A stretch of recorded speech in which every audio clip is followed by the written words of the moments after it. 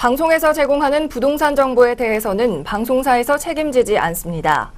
결과에 대한 책임은 투자자 개인에게 있습니다. 시청자 여러분 안녕하십니까. 이충모의 세테크 재테크 시간입니다. 시즌3 오늘은 6번째 시간입니다. 저번에 5번째 시간까지는 여러가지 그 세판짝에 대한 전략을 프리젠테이션으로 했고, 오늘은 이제 세테크, 어쩌면 앞으로는 세테크를 1시간 하고 이제 재테크를 1시간 하는 시간으로 이제 가져볼까 하는데요. 오늘은 그 중에서 부동산 세금의 모든 것.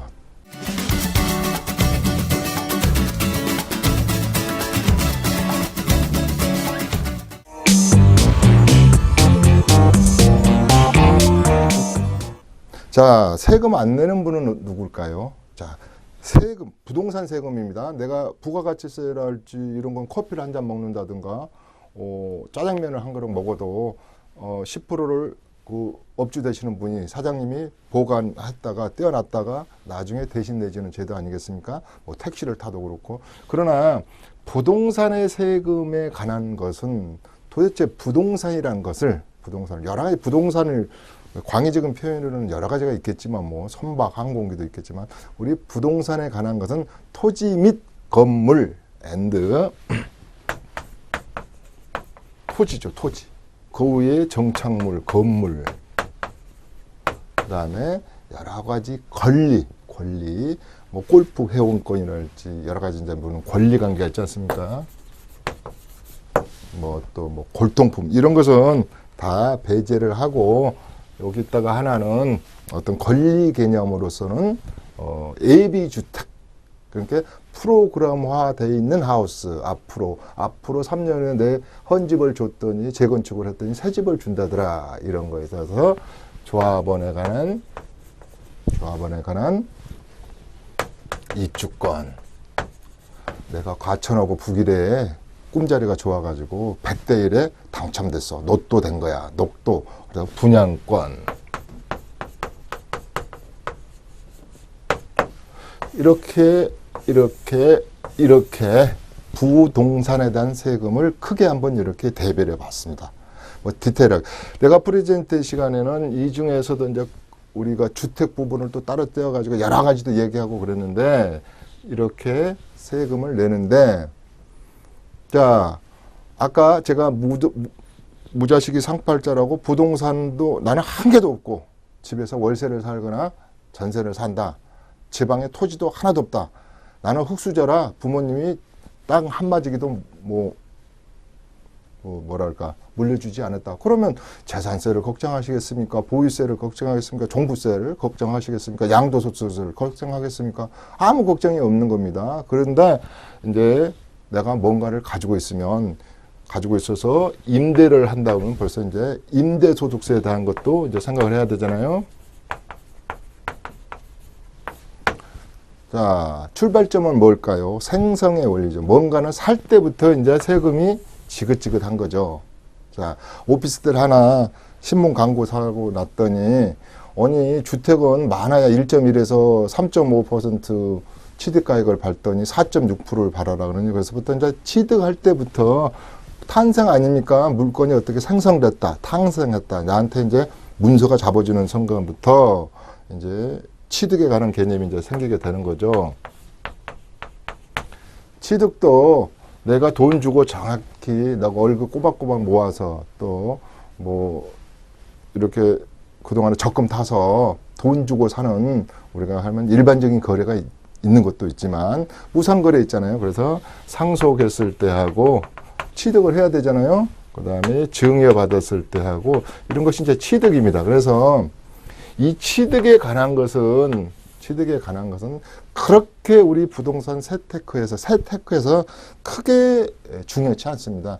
굳이 하나 찍고 내려가 하면 우리가 살 때부터 여러 가지 다음에 누진세율 적용이랄지 우리 양도세들 때문에도 우리가 지분별로 산다든지 공동등기로 산다든지 부부간에 공동으로 똑같이 2분의 1씩 산다든지 그런 전략도 숨어는 있으나 크게는 없습니다. 그래서 이 부분은 취득가액 곱하기 세율해서 지방세에서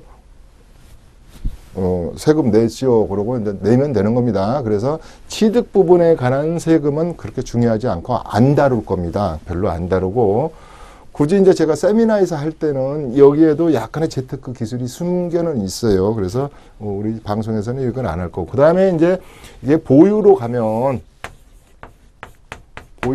그 보유세, 그 유명한 보유세를 인상한다더라. 또 임대소득, 보유하고 있으니까 이제 임대소득이 나온다더라. 그래서 이제 보유부터는 부동산의 재테크, 세테크 전략이 굉장히 이제 중요시 됩니다. 이게 특히 요즘 들어서는 그래요. 그 다음에 내 것을 양도했을 때, 자, 양도했을 때 가장 많이 고민을 하게 됩니다. 우리 대한민국 사람들 중에 아무리 저한테 재테크 수업을 많이 들어도 잘 습관적으로 잘 안 되시나 봐요. 부동산에 가서 계약서 쓰기 전에 세무사나 회계사 여러분들한테 가가지고 양도소득세를 한번 계산하고 파시는 분은 없어요. 도장을 찍고 나서 부동산에서 아이고 다음 달 잔금일 다음 달로부터 60일 이내에 이제 양도세를 신고해야 됩니다. 그러면 이제 부랴부랴 이제 세금이 어떻게 나와 이런 분도 있고 또 요즘은 한 30% 정도는 미리 이제 하도 제가 이런 방송에서 말을 하니까 대강 양도세를 한번 물어보신 분도 있고 또 요새는 친절하게 네터 개념으로 당신이 이 물건을 팔았다면서요. 그러니까 양도세를 좀 내주세요. 신고를 해야 됩니다. 이런 안내장이 편지가 날아오기도 하죠. 그래서 제일 중요한 것은 어떻게 보면 양도소득세를 줄여볼까? 어떻게 보면 보유세를 좀 줄여볼까? 어떻게 하면 임대소득세를 좀 적게 낼까? 전체적으로 정확히 세금에 대해서는 이제 뭐 어떻게 뭐라 그러죠? 뭐 이런 표현은 적자가는지 뭔데 그렇고 비틀거나 빠져나갈 수는 없는 체계가 돼 있습니다. 지금 제가 뭐라 그랬냐면 세금은 이제 2만 명의 세무공무원이 걷는 게 아니고 거의 엔티스라는 프로그램이랄지 AI 수준의 슈퍼컴퓨터가 우리 전 국민의 세금을 관리하고 부동산의 이동의 현황을 낱낱이 보고 있다 이렇게 생각합니다. 어떤 분은 이런 질문을 하더라고요. 아니 어떻게 세무공무원이 알았지? 우리 집이 6채인지 그 다음에 어떻게 내가 오피스텔 산지를 알았지? 그것은 뭐 말할 필요도 없이 취득할 때부터 지금 입력이 돼 있는 겁니다. 그래서 우리가 그 취득세 낼 때부터 전부 다 모든 정보를 갖다가 공유하기 때문에 이건 이미 이제 전부 다 그 집에 세대별로 또 그 주민들별로 합산해서 부부가 가지고 있는 것, 형제지간에 가지고 있는 것을 다 알 수가 있다. 이제 이런 것을 해서 지금 이제 제일 중요한 것은 양도소득세 부분에 대해서 이야기를 좀 하고 가죠. 전번에 제가 프리덴튼 할 때나 시즌2에서 양도소득세 개념에 대해서 제가 여기 계산해 준 것도 있고 큰 틀로 이 얘기를 한 것 중에 있는데 자, 양도를 했기 때문에 많이 남았으면 옛날에 3억 주고 샀는데 지금 6억 됐다면서요. 그 3억 우리 국세청하고 좀 나눠 먹어야 되겠습니다. 왜냐하면 구인들 월급도 줘야 되고 고속도로도 내야 되고 뭐 여러 가지 우리 공무원들 월급도 줘야 되니 세금을 좀 내주셔야겠습니다. 그런 거잖아요.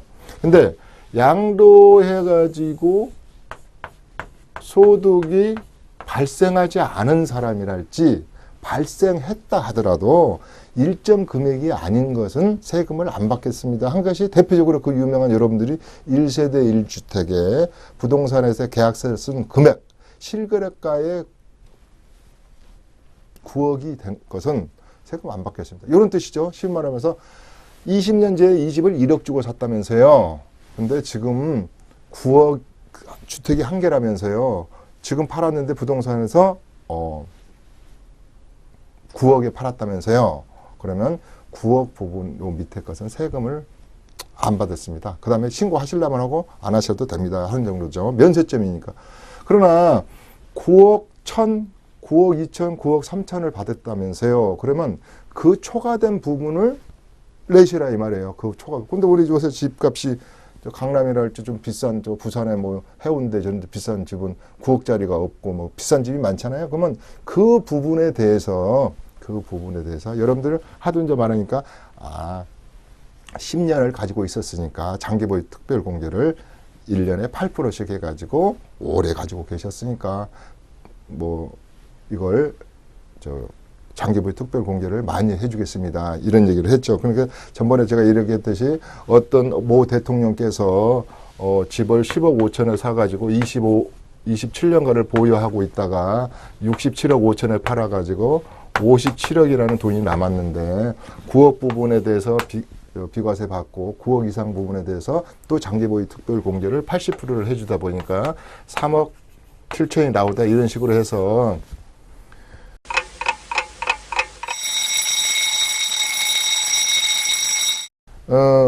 고가 주택에 대한 부분들이 많이 고민을 하세요. 자, 특히 모 아파트를 예를 든다면 그 당시 88년도에 5천만 원밖에 안 갔거든요. 근데 지금 보면은 보통 15억이 가요. 근데 1세대 1주택이에요. 근데 여기서 겁을 먹고 계시는 것이 그때 내가 계약서를 보니까 5천 주고 샀어. 심지어 뭐 옛날에 분양가대로 사신 분들은 또 가끔 반포에 보면 지금도 한 번도 안 팔고 분양받고 있는 분들도 계시거든요. 그러면 이거 어떻게 이렇게 겁을 먹는데 아까 말한 대로 장기로 10년 이상 보유했거나 아까 이제 3년 이상 보유, 10년 이상 했으면 세금이 그렇게 장기보유 장특세라는 개념으로 80%까지 소득에 대해서 양도소득에 대해서 공제해 주더라 이런 생각을 가져야 됩니다. 그래서 첫째는 오래오래 가져가지고 1세대 1주택 되신 분들은 크게 걱정 안 해도 된다. 근데 이제 여기서 문제가 발생한다고 그랬지 않습니까? 그런데 2주택부터는 이제 문제가 발생합니다. 2주택. 저는 이제 3주택부터를 다주택이라 그러는데 세금에서는 2주택도 다주택 개념이에요. 자, 2주택이 되면 한 세대가 2주택을 가지고 있으면 이것은 좀 세금을 좀 더 걷어야 되겠습니다. 부자군요. 그래서 세금 자체를 이렇게 비과세 해주지를 않는다 이런 말씀이죠. 그래서 괜히 2주택이 됐을 때 제가 2주택이 됐을 때 두 부류예요. 두 부류.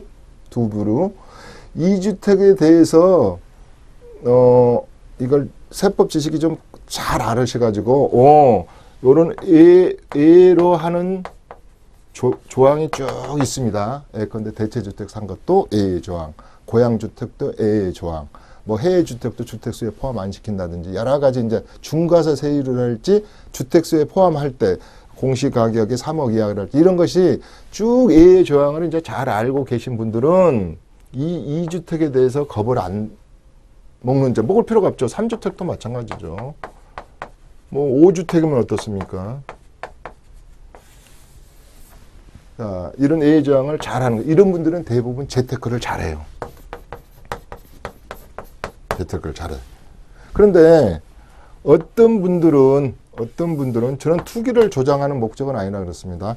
이 헌 집이니까 100만 호가 넘는 지긋지긋한 아파트에서도 녹물이 나온 우리 집은 재건축도 안 되다더구만 이런 오래된 주택을 하나 가지고 있으면서 새 주택을 하나 살려고 보니까 2주택은 세금이 요 기존 주택에 대해서 많이 나온다더라. 3년이 넘으면 일시적 2주택으로 인정 안 한다더라. 이래가지고 겁을 너무 많이 드셔가지고 이 재테크를 못 한단 말이에요. 그러니까 꼭 한 채만 가지고 있어요.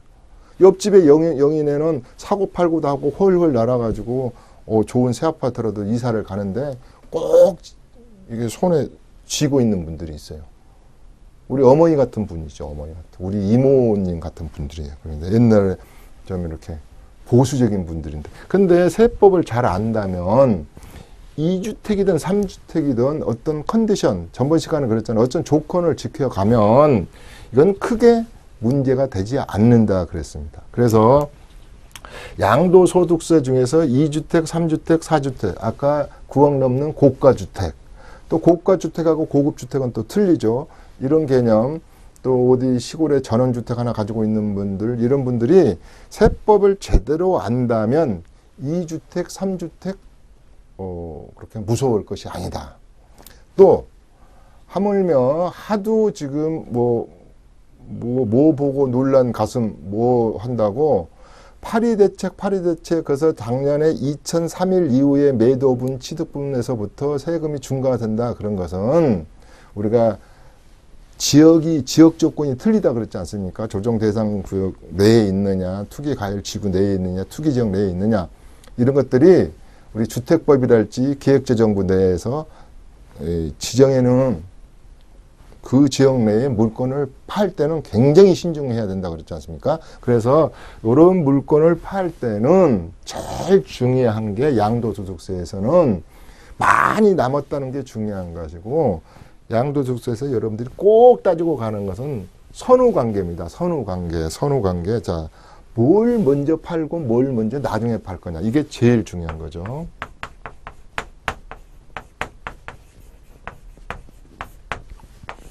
이 선후관계를 따지지 않고 속된 표현은 무대표로 팔고 나가지고는 아이고 이걸 거꾸로 팔 걸, 이걸 나중에 팔 걸, 이걸 더 홀딩할 건. 그런데 이 선후관계 팔 때, 이게 제가 지금 설명하는 것은 부동산의 세금 모든 것은 아까 전세 사실거나 주택이 없거나 또 이런 분들은 뭐 선후관계로 팔 것도 없으니까 생각을 하겠지만, 보통 이제 다주택자분들은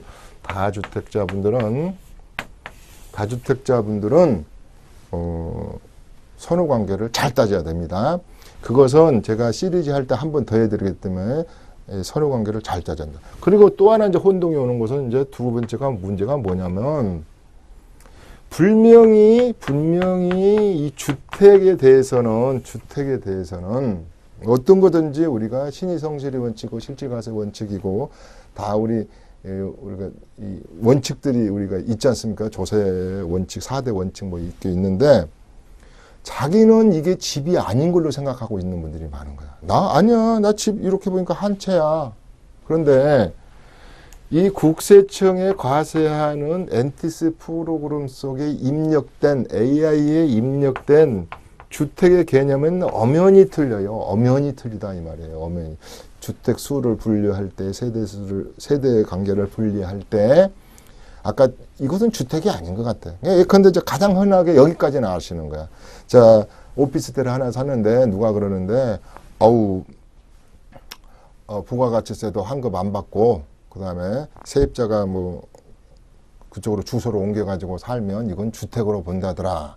또 어떤 분들은 뭐 상가에서 전가적이 주소 옮겨놓고 사면 실질과세 원칙으로 뭐 주택으로 본다더라. 이제 여기까지는 좀 아시는데, 뭐에서 그럴 수밖에 없죠. 뭐 세법 지식이랄지 세무사나 회계사가 아니기 때문에.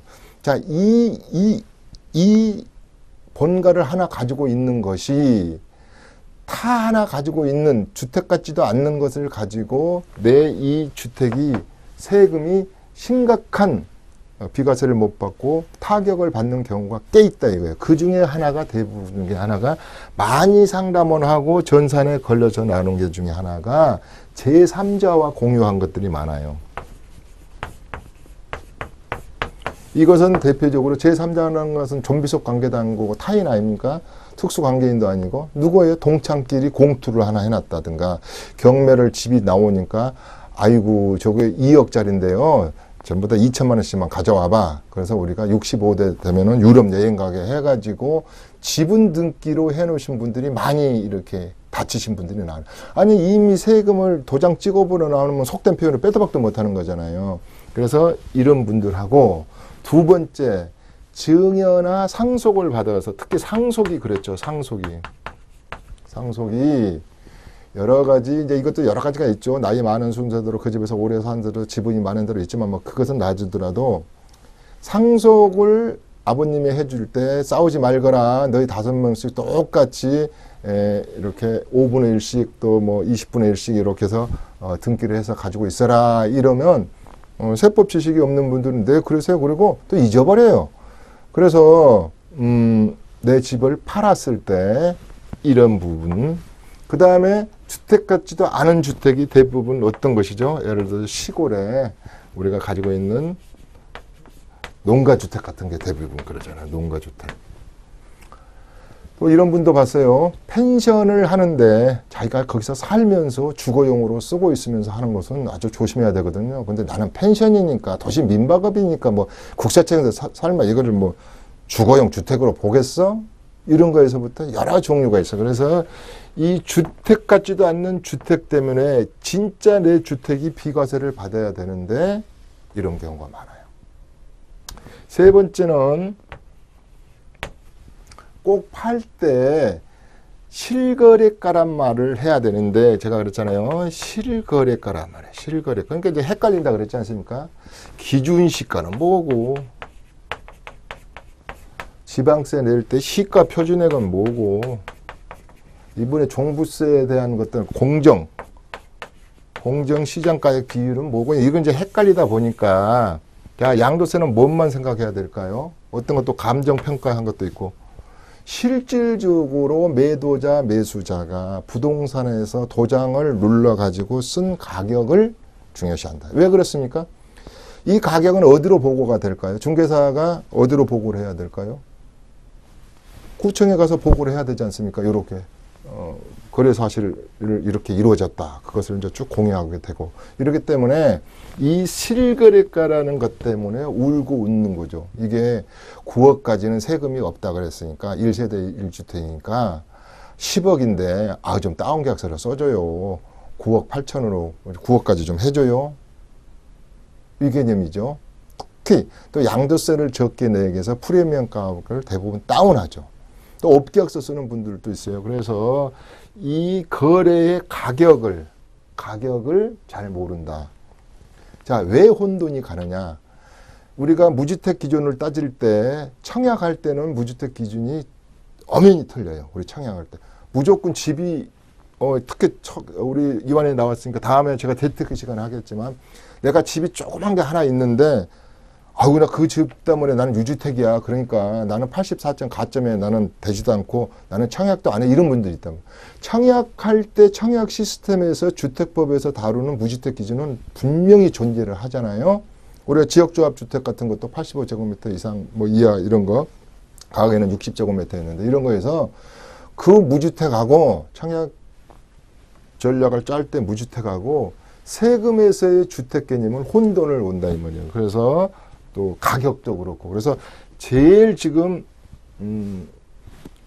이거 양도소득세를 딱 이제 닥치면 후회를 하는 것 중에 그 다음에 마지막에 하는 것이 뭐냐면 제가 기간이라 그랬지 않습니까? 기간. 자, 기간 어떤 기간을 가져줘. 제발 미등기 전매하지 마세요. 1년 이상 보유하세요. 2년 이상 보유하세요. 3년 이상 보유하면 더 좋고 이런 기간이 다 있단 말이에요. 5년 이상 여러 가지 기간이 있는데 이것을 팔기 전에 이렇게 따져봐야 되는데 저는요 6일인가 모자라 가지고요 저 송파구 어떤 분인데요 2억 7천인가 세금 문 것도 받고 그러니까 이런 기간이 중요하다. 기간. 그래서 이제 이런 것을 다 이렇게 해보면 제가 뭐라고 양도소득세는 뭐라고 기결할 수 있냐면요. 모든 것은 왜 조항을 해놨다는 거예요. 왜 조항. 감면 조항. 어떤 사람은 비과세 하겠답니다. 어떤 것은 이렇게 뭘 많이 공제해 주겠다는데. 이런 것이 이 조항을 두 가지로 생각합시다. 두 가지로. 없는 분들은 만드세요. 자, 10년을 보유했으면 80% 해준다는데 9년 되신 분들은 1년 좀 참았다가 파시는 것도 틀리고. 물론 이제 돈이 좀 급하면 세금을 내가라도 팔아야 되겠지만 또 어떤 것들은 금액이랄지 아까 여러 가지 세대 분류랄지 이런 조건을 없으면 만들어줘야 된단 말이에요. 그러면 왜 세테크가 필요하면 텍스 플래닝 자꾸 이렇게 써요. 계획을 짜가지고 계획 세무를 해야지 플래닝을 짠 세무를 해야지 세금을 안 받거나 감면받거나 비과세 받거나 이러잖아요. 그러면 없는 조항은 만들어 가는 거예요. 만들어 내가 안 내게끔. 만들어야 되지 않겠습니까? 우리 아들이 집에 하나 있는 거예요. 그래서 너 빨리 어디 좀 취직해가지고 최저 생계비 이상 벌어가지고 절로 빨리 주민등록 빼. 주민등록 빼. 그래야지 아버지가 1세대 1주택. 이런 조건을 만들어야 된단 말이에요. 그래서 조건이 없으면 만들어라. 두 번째, 없으면 만드는 겁니다. 조건이 이렇게 악조건이 되어 있는 것은 없애고 빼야 되잖아요. 아까 세대 분류를 한다든지 그 다음에 뭐 부부 합산해서 종합부동산세가 많이 나올 것 같은 건 사랑하는 배우자에게 줘버린다든지 이렇게 해서 악조건의 악성 종양은 빼야 되는 겁니다. 그러면 이제 어떻게 해야 되겠어요? 자, 팔 물건을 여보, 내일 요 앞에 부동산에서 우리 집을 사간다는데 이춘모 교수님한테 전화해도 잘 안 되고 그러니까 뭐 찾아가기도 힘들고 그러니까 우리 한번 인터넷을 뒤지든가. 요새 또 국세청에 친절합니다. 그 상담해 주는 분들이 옛날에 전화가 잘 안 걸렸어요. 근데 잘 받습니다. 요새는 그 알바하신 분들이 많아요. 그래서 물어보자. 여기까지도 답이란 말이에요. 그래서 우리가 여보 언제 샀지? 지금 우리 집이 부동산에서 거래한다는 금액이 언제 샀지, 얼마에 샀지도 중요하죠. 취득 금액이 중요하니까. 그 다음에 얼마에 준다 그러지? 우리가 얼마 동안 이걸 보유하고 있었지? 다음 중요한 거. 혹시 나 몰래 당신이 동창 들어오고 아까 공투해가지고 공동 투자해 놓은 거 있어? 집에 대해서? 뭐 이런 거에서부터 시골에 제사 모신다니까 아버지가 고향주택 줬는데 가지고 있는 이런 여기서 이게 부부간에 소통이 있어야 되잖아요. 요새 비상금을 양벌석에 감춘 것을 뭐 부인한테 말하는 분은 뭐 치매 초기라든가 뭐 그런데 다 말하면 좋은데 이걸 다 말 안 하는 분들이 많아요. 그래서 요 예상을요 진짜 많이 가지고 있어야 되고요. 또 하나 한 예를 하나 보면 우리 아직 녀석이 무엇을 사고를 친 것 같지 않아. 다시 말해서 주민등록이 돼 있어. 우리 아들이 당연히 무주택인지 알거든요. 요새 젊은 친구들이 재테크 잘합니다. 갭투자 그래가지고 도시형 생활주택을 하나 샀다든지 오피스텔을 실질과세원책으로 하나 샀다든지 왜? 돈 1,000만 원이면 사거든요. 갭투자로. 이걸 아들이 말 안 한 거예요. 이런 것을 꼭 확인해야 돼요. 그러면 이걸 어떻게 알겠어요? 아들이 말 안 하고 아들이 혹시 유학생이다. 어디 해외로 나갔다. 이거 내 주택이 지금 어떻게 돼 있습니까? 쪼르르 전산으로 요 관공서에 가면 알 수가 있지 않습니까? 이런 것을 안 한다 이 말이에요. 그래서 특히 바쁘고 재산이 많은 분들은 이것을 간과하더라 이 말이에요. 그래서 팔기 전에 이런 A 조항이 준령이 있으니까 A와 B를 잘 생각해서 못된 녀석은 없애버리고 내가 부족한 것은 기다리고 또 끌어들여서 우리가 흔히 말해서 요새 청약에 84점을 가까워야지 당첨이 된다 그러니까 처갓집 식구들을 갖다가 주민등록을 이전하잖아요. 그러면 또 이전하면 또 이게 의료보험회가 관계자가 되네.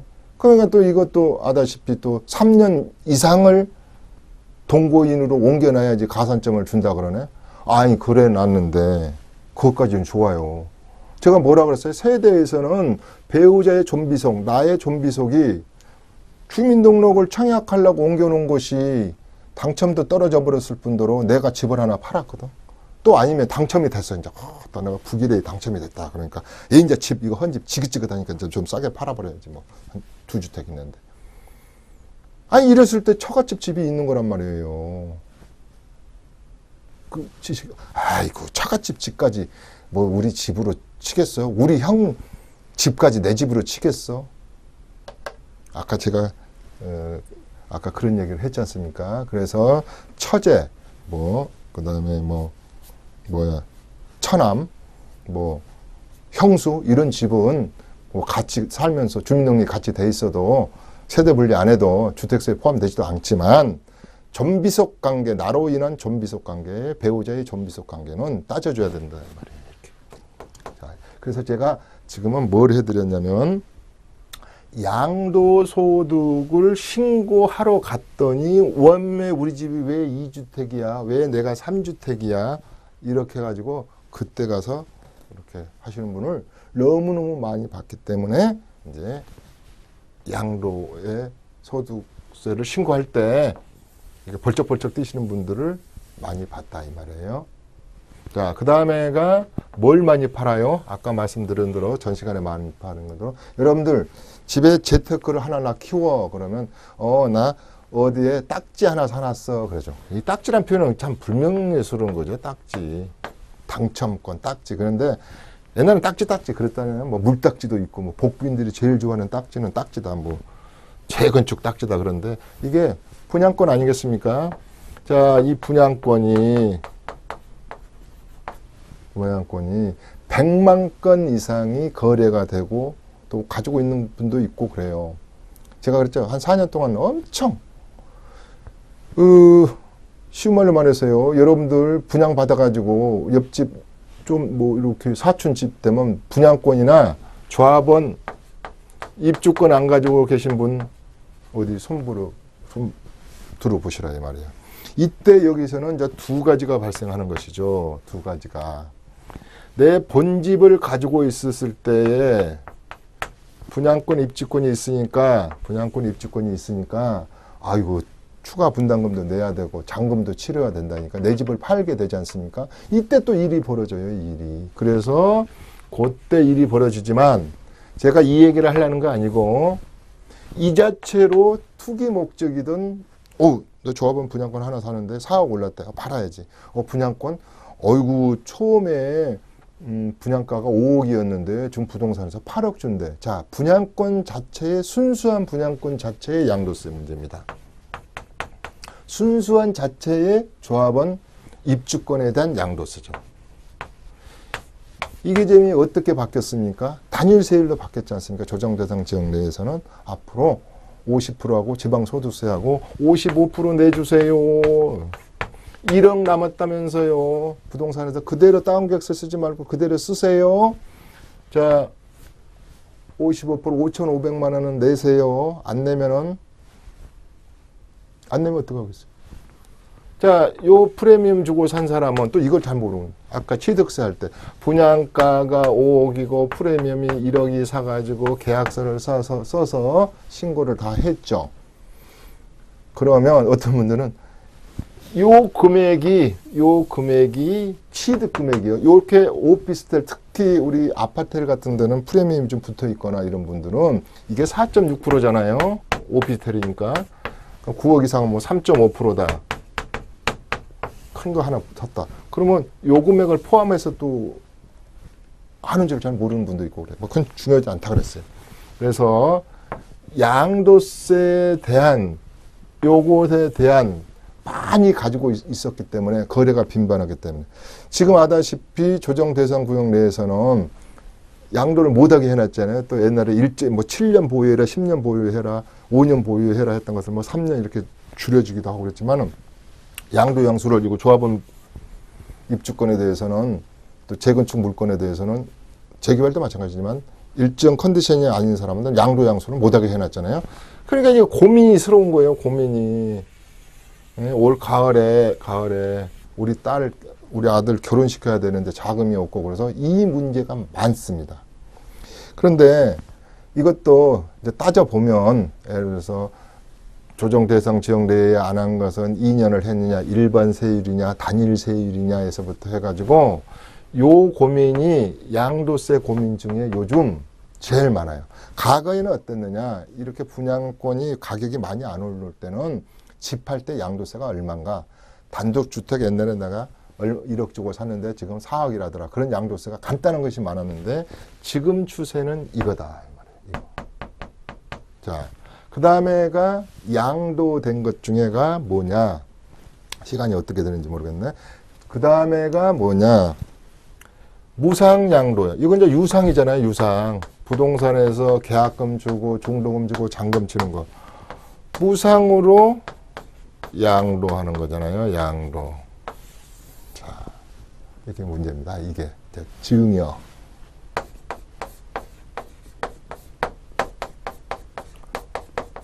상속. 그렇잖아요. 그럼 이제 상속은 좀 더 증여 많이 하죠. 증여. 지금 아까도 말했듯이 추세가 양도 중에 무상 증여 중에 이제 증여. 우리 아들에게 내가 진짜로 내가 갯돈도 붓고 유럽 여행도 한 번도 안 가고 내가 정신 굶어 가면서 집을 하나 내가 사놨는데 제가 결혼을 해야 된다 그러니까 신부가 이쁘고 많이 아주 그냥 그러니까 집이라도 하나 물려줘야지 내가 가지고 있으면 뭐였어. 증여를 합니다. 아들이 이제 얼굴이 그냥 환해졌어요. 이제 아버지가 어머니가 안 줄 줄 알았는데 증여를 해준다니 얼마나 좋아요. 요새 전세 얻기도 힘든데. 그랬을 때 발생하는 것 중에 대부분이 뭐냐면 여기에 부담부를 끼고 해요. 부담부. 부담부가 뭐예요? 부담스러운 거예요. 부담부 증여. 이런 말 많이 들어요. 증여자가 그 부담스러운 전세금, 모기지, 은행에서 융자 받은 것을 그대로 떠넘기는 거예요. 누구에게? 수증자에게, 아들에게. 이럴 때 딱 깜박한 게 하나 있다니까요. 분명히 이게 양도라 그랬어요. 양도. 무상이면 양도지만은 이때 두 가지가 발생해요. 그대로 융자가 하나도 없는 집을 딱 10억짜리를 그대로 물려주면 10억 곱하기 세율에 대한 증여세가 많이 나오겠죠. 1억이냐 5억이냐 10억 이상이냐 뭐 30억 이상은 50% 이상 이렇게 해서 세금이 나오니까 증여세가 많이 나오네. 또 우리가 집을 물려줄 때 아들 네가 융자 그거 한 2억 들어있는데 또 애들한테 순수하게 다 그 융자 없이 물려주면 이 버릇이 없어요. 이것들이 살아가면서 맨날 여행만 다녀본다니까요. 그래서 너 이건 네가 갚아라 그래가지고 융자를 끼고 많이 물려줘요. 그럼 두 가지죠. 왜? 증여세도 끼고 2억을 물려주면 2억을 빼고 부담부로 하니까 증여세는 8억 곱하기 세율이니까 이것도 되고, 그러면 국세청에서는 요 부담부에 대해서는 미안하지만 부채를 여기로 떼어넘겼으니까 양도소득세를 좀 내주세요. 이거 계산 잘해야 돼. 양도소득세 내주십시오. 전세금이 저거 5억 끼고 사줬는데 내주십시오. 그 양도소득세 내주세요. 그리고 수증자인 아들이 갚으면 안 됩니다. 그러면 또 증여세 볼 겁니다. 제가 2년 동안 자세히 볼 거라니까요. 이거 전세금 누가 빼주는데 또 슬금슬금 마음이 약해가지고 어머니가 싹 전세금 빼주면 안 돼요. 또 슬금슬금 해가지고 아버지가 몰래 은행에 2억 갚아주면 안 돼요. 이걸 보는 거 아니겠습니까? 왜? 국가가 짱구입니까? 증여세도 싸게 받아, 뭣도 받아. 그러면 너는 뭘로 부인들 월급 주고 공무원 월급 줘. 그럽니다. 그래서 이것을 계산을 잘해야 되는데 이 부담부 증여란 말은 잘 아는데 여기서 기술 들어갑니다. 그러면 전세가 빠져 있는 상태에서 부담부 증여를 거느냐 해서부터 이것도 기술이 들어가요. 그러니까 부담부 증여가 간단하지가 않아요. 자, 증여할 때 부담부 증여. 그 다음에 이동이 뭐라 그랬어요? 이동이. 그 다음에 이동이 지금 부동산 세금의 모든 것을 초급반 형식으로 지금 얘기를 하는 거예요. 초급반 형식으로. 그 다음에가 상속이죠. 상속. 배드 텍스. 상속. 세상에 내가 죽었는데도 돈을 내느냐. 이게 상속의 문제점은 뭐냐면 가만히 내가 세상을 아웃당했는데 상속인이, 나의 피를 받은 상속인이, 교수님 상속인이 없으면 북한에서 딱 내려가지고 호를 단신해가지고 돌아가셨다는, 그럼 국가에서 기속되지. 국가에서 땅 잡은 거지. 국가로 기속된다면. 요새는 뭐 기업은 제도도 있고, 아니 그 기업은 케어해줘가지고 그분에도 여러 가지 있고 그러지만 뭐 아무튼 이렇게 했을 때, 상속을 했을 때 중요한 것이 상속 분쟁이 엄청 심하다 그랬잖아요. 재산제가 20억 이상 남기고 30억 이상 남기고 돌아가신 분 중에 아들, 딸 합해서 3명 이상 된 집에 싸움 안 일어난 집 못 봤어요. 제가 30년간 이 재테크를 하면서 싸움이 일어나요. 사이좋게 싸움이 일어나는 것도 있어요. 똑같이 나눠 갖고 이제 좀 더 가지려고. 나눠 갖기는 똑같이 나눠 가자. 그러니까 오빠는 사업해가지고 그때 아버지 돈 5억 해먹었잖아. 그러니까 그거 안 돼. 유류분 청구에 대해서 이제 제가 이제 시즌2에 이런 말 했어요. 시즌2에 너가 엄마 아파트를 5억 할 때 벤처 사업한다고 큰 오빠가 썼잖아. 받아간 거지. 그리고 영수증 다 처리했고 이거 아빠 가는 거 증명할 수 있잖아.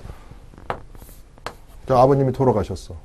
지금 엄마 아파트가 15억이야. 그러면 이걸로 치는 게 아니라 당신은 15억짜리로 치겠다 이 말이에요. 그래야지 맞죠? 그러니까 이 방송을 보면 오빠 손 내밀 생각 마. 내가 법적으로 하면 이 친구의 세탁기 재테크를 보니까 이걸로 친대 돌아가는 시점으로 친대 옛날에 15년 전에 가격이 아니고 오빠는 뭐라겠어? 야 그때 5억밖에 안 가져갔잖아. 지금 이렇게 나눠가니까 이걸 쪼개야죠. 뭔 소리요? 뭔 소리요? 국세청에 물어봐라. 뭐 이런 거. 그래서 상속 분쟁이 났을 때 요 얘기는 다음에 상속세 증여세에서 또 다 하겠지만 뭐 신탁 제도를 할지 이런 것은 나중에 하겠지만 상속으로 인해서 발생한 상속세죠. 상속세. 상속세는 연대치의무를 진다. 또 한 사람이 오빠가 마음 좋게 다 내줘도 된다. 뭐 여러 가지가 있어요. 뭐 현금 상속은 뭐 리턴 하려면 6개월 이내에 뭐 3개월 이내에 다시 발해야 되면 여러 가지 그런 건 놔두더라도. 그래서 요 부분에 대해서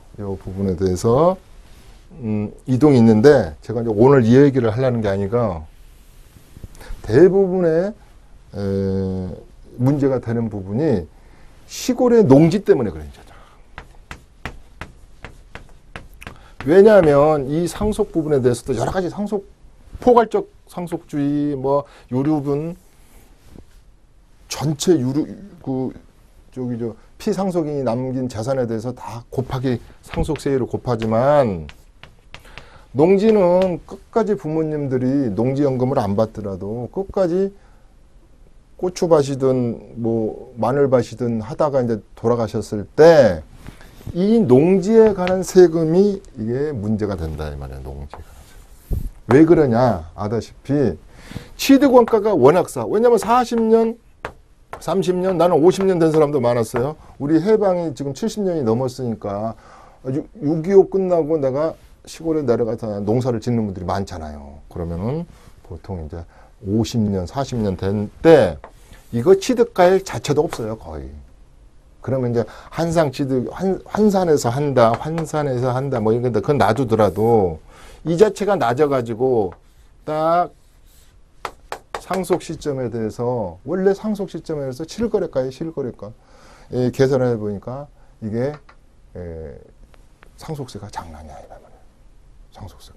그다음에 감면에 대한 거. 이 농지를 8년을 경작을 했으면 모자란 부분은 아들들이 채워서 또 요것을 3년 안에 농지를 팔면은 이런 식으로 뭐 감면 혜택을 그대로 비과세 부분을 인정해 준다라도 여기까지 알았는데 이 농지 부분이 싸움이 있다 보니까 바로 등기를 못 해요. 저는 20년 동안 서로 등기 못한 물건도 많이 봤어요. 그래서 그렇게 되면 상속세를 누가 내느냐부터 이 보유하고 있는 부동산의 보유세 개념에서부터 이제 복잡해지죠. 우리나라의 등기의 상속제도는 상속을 안 하고 있더라도 제3자에게 팔 때는 무조건적으로 등기를 하고 팔아야 돼요. 우리가 미등기 전매 같은 경우는 자기가 쏙 빠져버리고 아버지가 남긴 재산을 내가 제3자에게 내 친구한테 팔아야지 그래가지고 요렇게 넘어가는 게 아니에요. 죽은 사람이 어떻게 인감을 떼어줘요. 매도 인감을 못 떼어주는 거지. 자기 앞으로 상속인 앞으로 등기를 해서 넘겨야 되는 거예요. 20년 아니라 200년 동안 지금 다툼을 하고 있더라도. 그래서 이런 문제인데 자 이렇게 해서 여러 가지 이제 부동산의 전반적인 그 상속 얘기는 내가 좀 적게 하고 갑니다. 하는데 제가 시간이 없으니까 이제 뭘 해드리고 그러면 아까 내가 빼먹어서 이런 분들이 많아요. 교수님 이 분양권 있잖아요. 있지. 분양권 있지. 조합원 입주권 있잖아. 있지. 좋지. 좋은 거 있으면. 이걸 어디서 들으니까요. 배우자한테 증여를 해가지고 배우자한테 증여를 해가지고 3개월 내에요. 증여가하고 3개월 내에 매매가하고 같다고 보니까 홀가당 팔면 세금이 안 나온다면서요. 이런 분들을 인터넷에서 어디서 봤대요, 많이.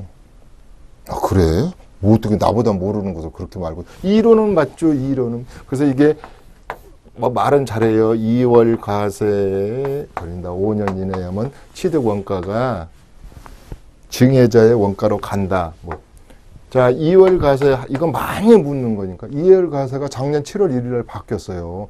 2월 과세를 거꾸로 이용한 사람도 있어요. 그 다음에 2월 과세 상품 중에는, 대상 중에는 토지 및 건물 앤드, 다른 권리에 대한 거니까 분양권은, 뭐, 토지 건물도 아니고 그러니까 이렇게 하면 된다고.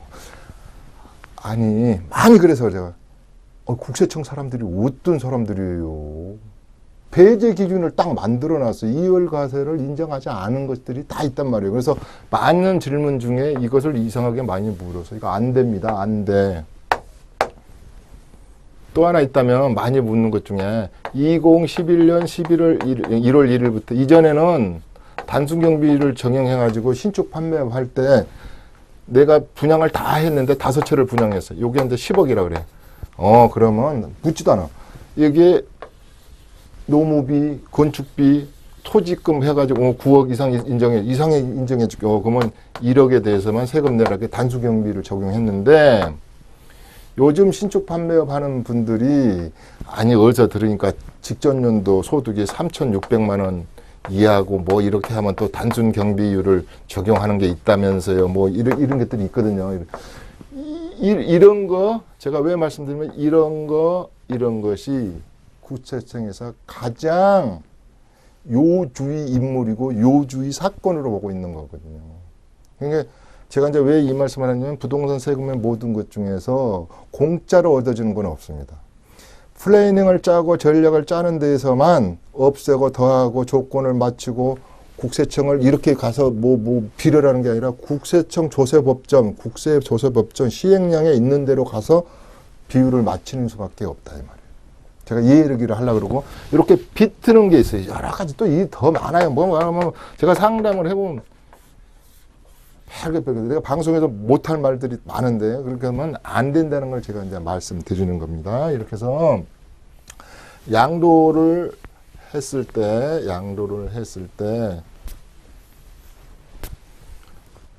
무차별적으로 우연적으로 필연적으로 발생되는 여러 가지 조건들이 이것만 있겠습니까? 제가 지금 이게 생방송이고 생방송 개념으로 이걸 찍거든요. 그러면 내가 생각 안 나는 것도 많을 거 아닙니까?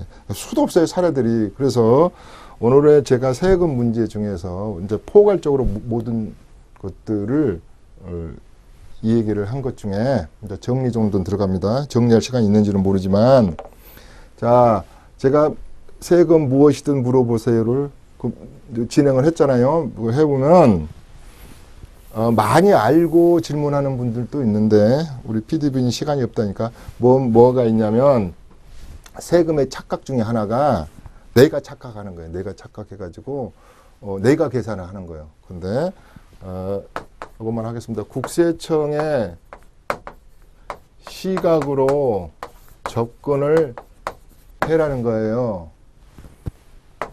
두 번째, 비틀면 안 돼요. 세금은 절대 안 되게 되어 있어요. 어떤 수단과 방법으로.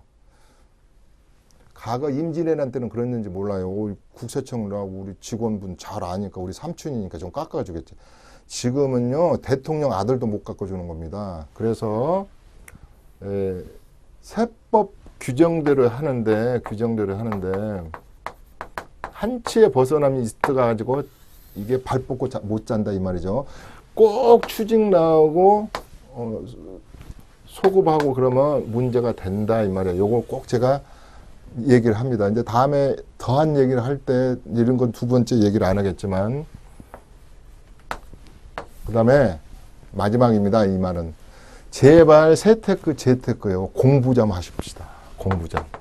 우리가 흔히 말해서 공부해서 남주나 그러는데요. 설익은 사람들이 또 하룻밤 뭐가 법무소인지 모른다고 이걸 착각하시는 분들이 있어요. 그래서 제가 오늘 가슴속에 항상 시즌 1, 2, 3도 얘기하지만 제발 재테크 할 때요. 내가 항상 한 게 제가 여기다 써줬잖아요. 내가 왜 자꾸 이걸 하냐면 이 머리에 스팀이 나가지고 이 재테크를 안 당하려면 세금 오물쩌기 하려다가 재테크는 물 건너가는 겁니다. 그래서 공부를 안 해요. 그리고요, 제발 제가 이 방송은 항상 하는 방송 중에 adverse selection이라는 말을 씁니다. 정보의 비대칭에서는 많은 여러분들이 자신 있게 된 거예요. 왜냐하면 핸드폰만 열면 저 집값이 얼마지? 공시 가격이 얼마지? 전세가가 얼마지? 이러니까 그걸 맹신하는 겁니다. 그러면 광고는 그걸 이용하는 거거든요. 그래서 여러분들이 과거보다 이제는요, 발품도 안 팔고 뭐 임장이랄지 그 탐방도 안 가요. 다 3D 영상으로 보고 이게 있으니까. 옛날에는 그래도 그 지역의 중개사무소, 옛날로 말하면 복도방에도 들어보고 할아버지한테 가다 뭐 이렇게 음료수 사주면서 물어보겠는데 지금 묻지도 않아. 그래서 재테크, 세테크 실질적이고 진솔하게 시청자 여러분들에게 다가서고자 합니다. 이춘모의 세테크, 재테크 시간은 여기고요. 7강에서 7번째 시간에 다시 찾아뵙도록 하겠습니다. 감사합니다. 매주 화요일 11시부터 1시까지 이춘모 대표의 무료 세미나가 있습니다. 삼성역 1번 출구 해피하우징 교육원에서 열리고요. 부동산 절세 세무 전략과 보유 부동산 세 판짜기를 주제로 강의가 진행됩니다. 예약 문의는 02-6344-7558번으로 해주시면 됩니다.